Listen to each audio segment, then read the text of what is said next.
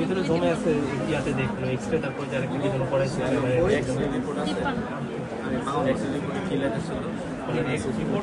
দেখিনি, মানে ছবিটা দেখছিলাম যে এই পাশে জমে আছে নেজাল পলি টাইপের।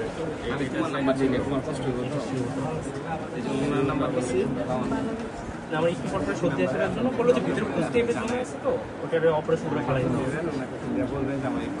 এটা বলছে একবার হচ্ছে আপনার ফালাইছিল, বুঝতে পারছেন, তার ওটা বছর আগে, তারপর আবার মানে ছবিটা পড়তেছে দিয়ে দিলে আসা যাওয়ার পর একটা বেশ কষ্টসাধ্য ব্যাপার। পানি জমে